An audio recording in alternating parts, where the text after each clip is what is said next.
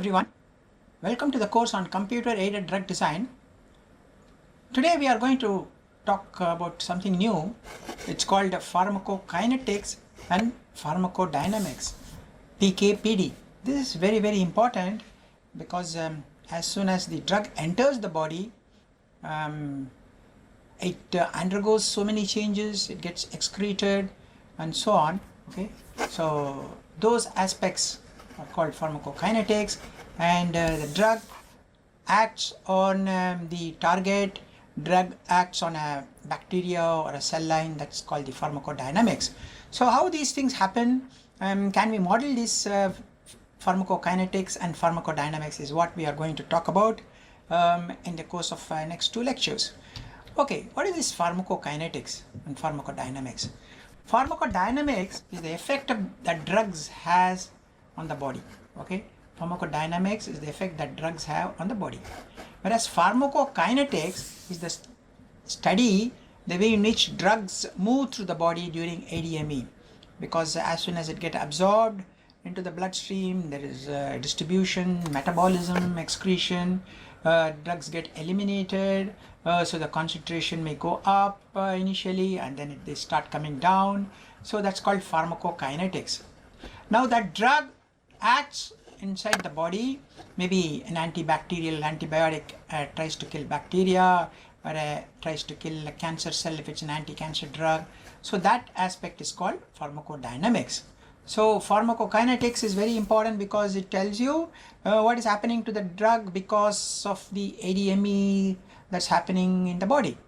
Okay, so pharmacodynamics, what the drug does to the body; pharmacokinetics, what the body does to the drug. Okay, so both are very important, and we need to know how to mathematically model all these phenomena. So pharmacokinetics, a model describing drug concentration versus time. Okay, so how the drug concentration changes as a function of time in the plasma.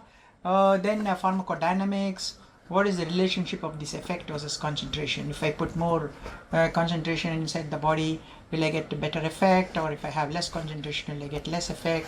Okay, that's pharmacodynamics. So generally in vitro, in the lab, we will not be able to measure PK because ADME comes into the picture, but when we do an animal study, animal model, immediately you come to understand how the drug gets absorbed and then excreted, metabolized, and so on actually. Okay, why there is an interest?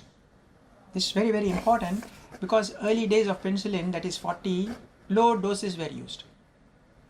But then there were bacteria called Pseudomonas which caused infection in the 60s and 70s.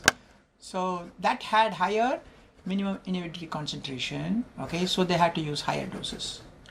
And then you must have read about resistant strains. So a lot of streptococcus resistant strains started coming in 90s. So they have to increase the concentration of the drug to kill them. Okay, so it is not that we all the time use the same concentration. That is why there is an interest in pharmacodynamics. By understanding the pharmacodynamics, we can optimize the dosage regimes. Once daily dosing of aminoglycosides, prolonged or continuous infusion of beta-lactam antibiotics, preventing emergence of resistance. So you use fluoroquinolines to address gram-negative bacteria. Sometimes you use drug combination. Nowadays drugs are given in combination. Broad spectrum plus a very specific drug for resistant strains, like that, drugs which will block the efflux pumps, and then antibiotic.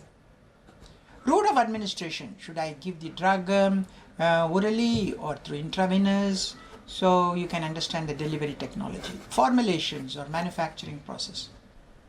And of course this pharmacodynamics is very population dependent information. Race, okay, a drug may act differently on say Asians as against a Caucasians, okay, or a Chinese. Okay. Pediatric, babies as against old persons. Light versus heavy subjects. Okay, if somebody is obese, drug may. Renal impairment, the drug could cause problems both in renal and liver region.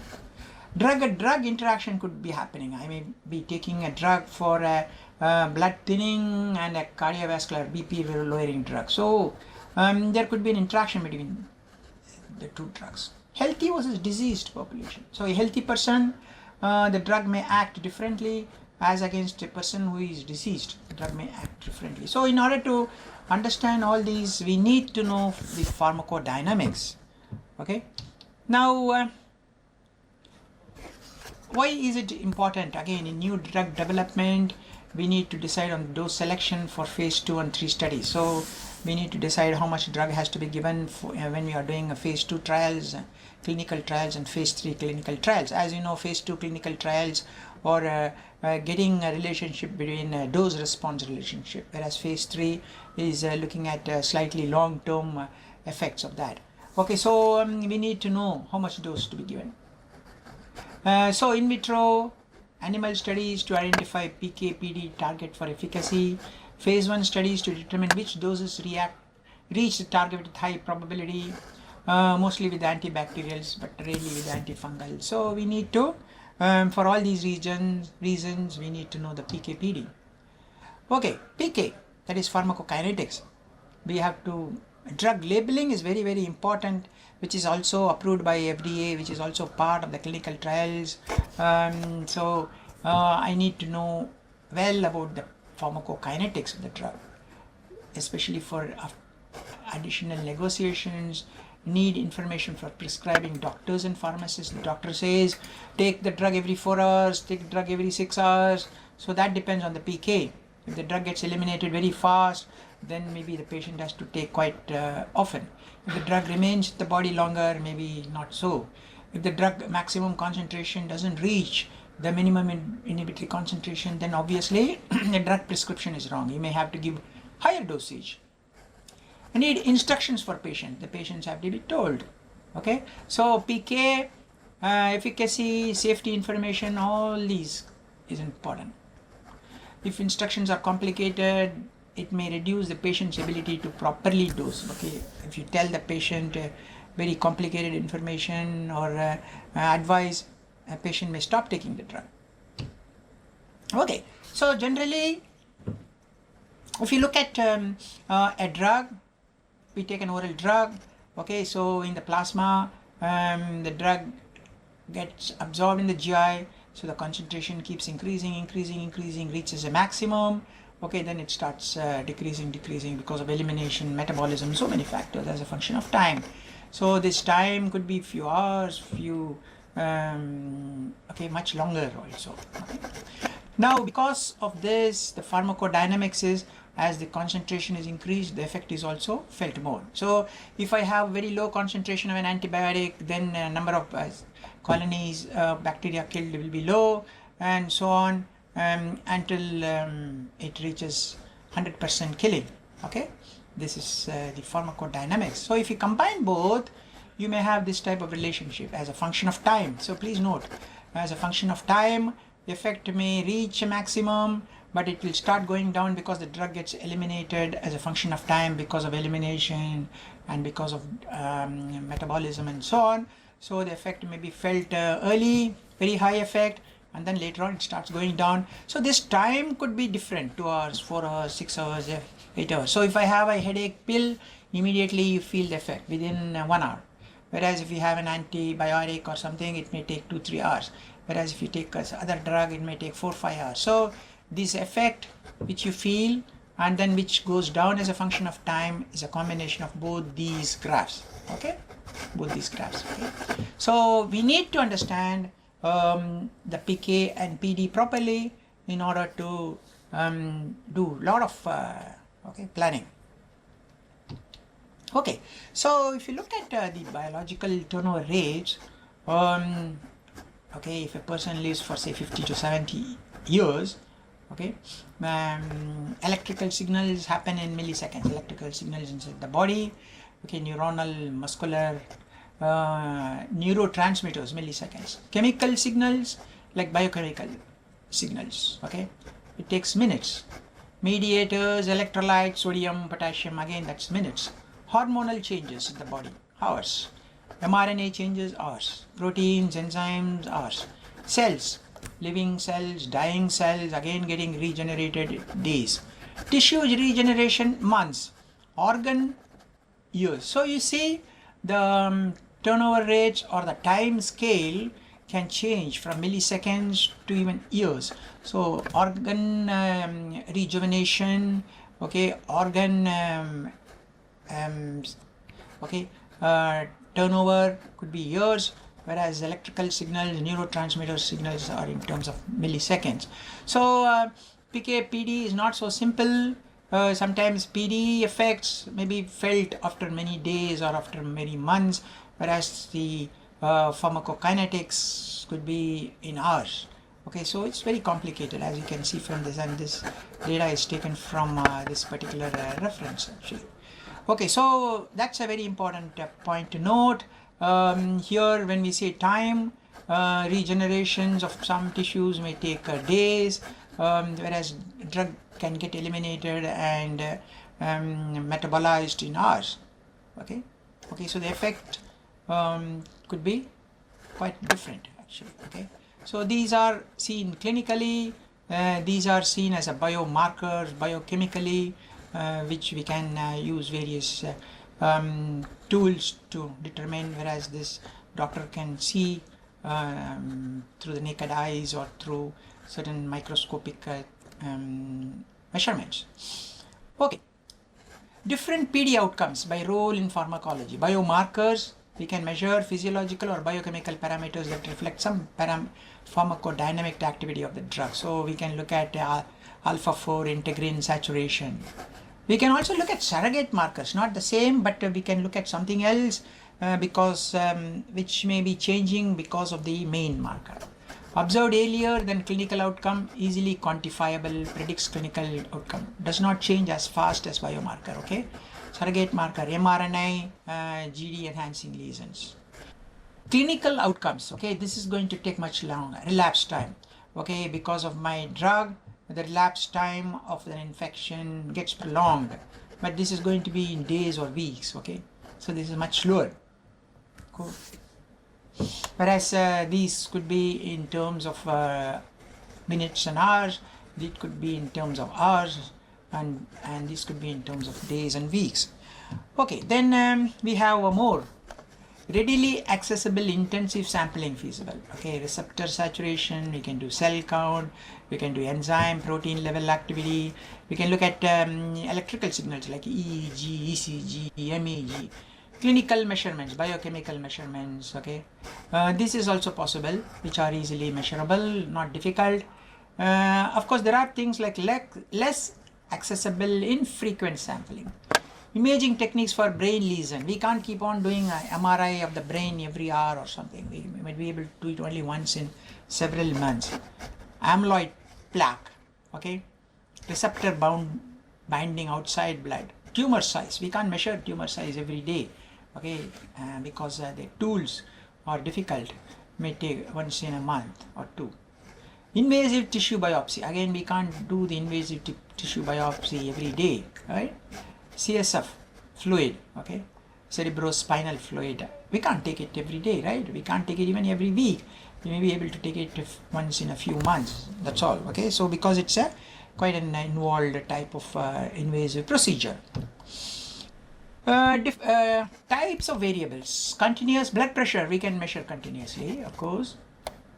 We can look at AE occurrence, AE severity, pain, Likert score, sleep state. Okay, we can look at number of MRI lesions. So these are all more like numbers, continuous. These are numbers, this is continuous. Or we can look at time to event, repeated time to bleeding in treatment of hemophilia A with some drug. Okay, we can look at even longitudinal versus cross-sectional. If you are looking at some tumors, we can look at longitudinal and cross-sectional and decide what is the effect of a drug on that or effect of a certain procedure or treatment. Of course, there are a lot of mathematical models that are coming of late because we need to predict the future events if you have a mathematical model. There are different types of approaches. We will look at some of them.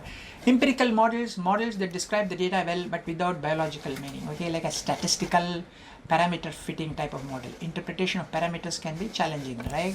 So we can say y equal to ax plus b.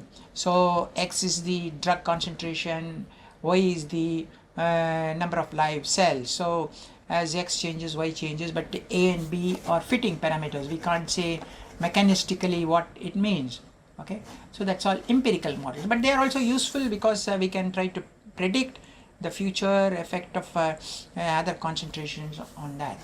Mechanistic model, okay, so we can incorporate the underlying physiological process. That's going to be tough, okay? It's got better predictive power. We will be able to understand some physiological mechanism involved. Direct link response model, indirect link response model, that is in reversible case, irreversible like chemotherapy, enzyme inactivation. So we can have mechanistic model in such situations also.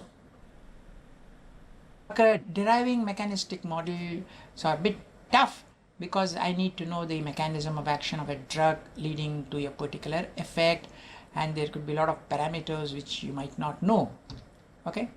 We also have structured model, stochastic model, okay? So we can have structure, relationship between pharmacokinetics, time and PD response. For mechanistic model, I need to have an understanding of the mechanism of action. I need to know. Stochastic model, inter-subject variations, you need to put intra-subject variation, we need to put errors, because if I take 100 population, there could be variation between the people within the within that sample group or population. But if I take 2 or 3 different populations, I take South Indians, I take North Indians, eastern part of India, that's the intra-subject, there could be variations between them. And then I should also know idea about the residual error that's involved in all these actually, okay? So that's called stochastic model. It's a very statistical approach we use in this type of model, okay? So as I showed you before, if you are looking at a concentration of a drug in the body, so it goes up, reaches a max, and then it starts coming down as a function of time. So this x-axis could be hours, y-axis could be milligram, microgram, okay, per liter, for ml, and so on actually. Okay, this is called the area under the curve, AUC. C max is this concentration, okay? T max is the time at which this happens. Half-life is the time it takes to eliminate half of this material, okay? So all these are, of course, there is one more parameter called C trough. This is the trough plasma concentration, measured concentration at the end of the dosing interval at steady state, okay, taken directly before next administration. That is, this is the trough concentration at the end of the dosing interval. So all these are endpoints we can measure easily, okay, when we keep taking samples from a subject, a patient, or a volunteer, or an animal, and we can measure all these, okay? So we can get the pharmacokinetics parameters, okay? These parameters are very useful in our modeling strategies, when we later on I will see it. There are a lot of symbols that are used in clinical pharmacokinetics. These are most frequently used symbols in clinical pharmacokinetics as suggested by Clinical Pharmacokinetic Journal. This PDF is very, very useful. You can download that because there are standard symbols which are used, and it's good for all of us to use the same standard symbols in pharmacokinetics, PK. Okay, so we will also use, okay. PD modeling, estimate exposure and examine correlation between PD and other endpoints. AE is a cumulative amount of unchanged drug excreted into the urine, okay. So we give certain concentration, goes to the plasma, and then it gets eliminated, not metabolized but eliminated. Of course there will be metabolism also, but AE is the cumulative amount of unchanged drug excreted into the urine. These modeling is very important because we can estimate therapeutic window, okay, like I showed you here. So after some time concentration goes down, so the effective concentration may be much higher here, okay, here So I need to again give another dose to the patient so that the drug has an effect. So I need to know therapeutic window, dose selection, okay, how much should be the concentration of the drug to be given orally or IV, identify mechanism of action. We can understand whether elimination happens very fast, or if I know the AE, I can say whether elimination happens fast. If AE is very low, then I know metabolism happens. So model probability of AE is a function of exposure, and inform the label of the drug. So we can inform on the label of the drug what is happening to the drug as it gets eliminated from the body. Exposure, AUC not measured, only modeled, so we can use it for predicting PK. Concentration in blood or plasma is a biomarker for concentration at the site of action. That's another important point you need to know. We assume that at the site of action, whatever be the concentration is same as what is in the plasma. PK parameters are not directly measured, but we do measure it indirectly. We will go through how to estimate all those things. Okay. A person's body is modeled with a system of differential equations, one for each compartment. Okay, so for the blood plasma region, we call it one big compartment or big bucket. Like tissues can be another compartment, organs, specific organs could be another bucket, and so on. So for each, then there will be an equation representing each organ, set of organs with similar perfusion rates. Okay, then called physiological based PK modeling. Okay, so we can have different compartments for organs of interest, or we can have one compartment coupling many organs based on their perfusion rates. Then you will say drug is going in, drug is coming out, and so on actually. So we'll have a set of differential equations, and then we can solve the differential equation. So the each equation system describes the flow of drug into and out of a specific compartment. Okay, into and out. Okay, so we can have different amounts flows going in, say liver, different amounts flows going into the say a tumor, and so on actually. And then you try to solve all these differential equations as a function of time. So we will be able to predict concentration changes inside the plasma as a function of time. Okay. There are again please look at this particular PDF. There are a lot of pharmacokinetic equations given in that PDF. I'm going to adapt some of them from this reference, but if you want to go more in detail, you can look into this particular PDF on this website. Okay, so elimination rate constant KE is given by CL, clearance divided by volume of distribution. Okay, and clearance is given by logarithm of C1 divided by C2 divided by T2 minus T1. So we have the CL by VD, clearance by volume, is given by logarithm of C1 by C2 divided by T2 minus T1, and that is logarithm of C1 minus C2 divided by T2 minus T1. Okay, so how did this equation come about? Because as you know, elimination happens exponentially. Okay, so because that is why we have this logarithm curve. Half life, that means what is the time drug concentration reaches half? 0.693 VD, volume of distribution divided by clearance, or 0.693 divided by K elimination, that is rate constant. So we will look at them later also, these half-life and KD and all that actually. Okay. Volume of distribution, we have many terms here. Okay, V minus Vp plus VRK. Okay, clearance is dose by AUC, that is area under the curve. Okay, so area under the curve we can measure once we get the concentration at different time point. We can integrate that. Okay.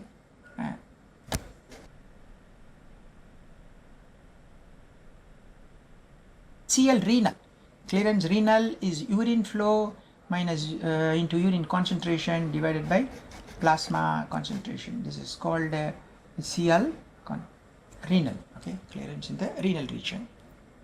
like you have urine flow into urine concentration, you have plasma concentration, and renal. Okay, so let's look at one compartment model. This is the entire body is taken as one single compartment. We can have the dosing both okay,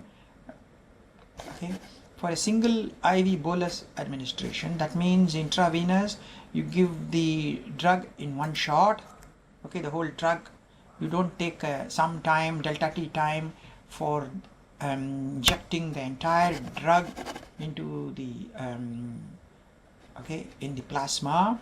Okay, so we have a C naught is equal to D by V. D is the dose we give, V is the volume. Okay, C is equal to C naught E minus KE by T. That means this is a first order relationship. The concentration as it changes, okay, follows a first order relationship which gets eliminated as a function of time. So this is taken as a first order, that is why we have C is equal to C naught E minus KE by T. So your C naught could be here, and this it gets eliminated as a function of time, so we take it as a first order here actually. Okay, so for multiple IV bolus administration, that means we give you intravenous many times, but it's a bolus. Bolus means it's given in one shot. Okay, so the equation is slightly modified. We have N is the number of administrations. Okay, C max, that is the maximum concentration, is also given by this relationship, D by V. Okay, V is your volume of distribution. Okay, 1 minus E minus KE tau, and so on actually. Okay, this is for a one compartment model where we talk about a single IV bolus administration or multiple bolus administration. Now look at this particular graph. As I mentioned, concentration in the plasma goes up and then it starts going down. Okay, so this portion this portion, of course this happens if it's an oral dosage. Otherwise, if it is injected in one shot, concentration reaches max immediately, okay, bolus, and then it starts going down. This is for oral administration because of the GI absorption, concentration goes up, then it falls down.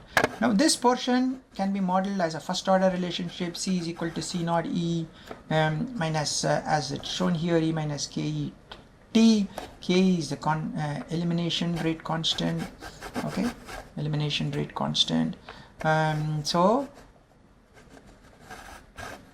we take logarithm log Ct is equal to log C naught minus KE T by 2.303. Why this comes? Because normally we take ln, when we take log, then the 2.303 comes in. So if you draw a straight line, okay, and then take the slope, we can get the KE by 2.303. Here T is the time and here is concentration. And then you extend this line up, right up to that.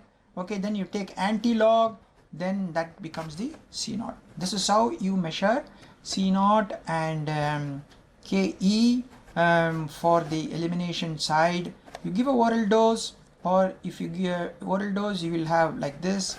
If it is a direct IV bolus dose, you will not have this portion. You will have max concentration C naught, so it will fall down. So you take the slope. The slope is equal to it's a negative slope, of course. Slope will be KE divided by 2.303. So you extend it like this and take an anti-log, that will give you your C naught. So generally animal study is performed, and from if the drug is given orally, they get a graph like this. If you take samples from the blood at different time points, and then from the slope of this portion they assume they get this KE by 2.303, and by extending this and taking the anti-log they get the C naught. Okay, so in a one compartment model, it's quite simple. You expect the graph to be like this. Okay, so the volume of distribution in a one compartment model, V is equal to dose by C naught. okay, like C0 is here, dose is the amount of drug you give orally, plasma clearance is equal to K elimination into V. So from here, C0, if you know from the graph, you know how much dose we are given, we can get V, and then we substitute here, and KE we can calculate from the slope, then you get clearance, and the plasma half-life is 0.693 by KE. Okay, so we can put it here, we can get half-life. The bioavailability is AUC when you give it orally divided by AUC when you give intravenously. So all the important parameters we can get, okay, all the important parameters we can get by looking at this type of graph, PK graph, that is the concentration of the drug in the plasma as a function of time. Okay, so we will continue more on this topic of PK/PD in the next class as well. Thank you very much for your time.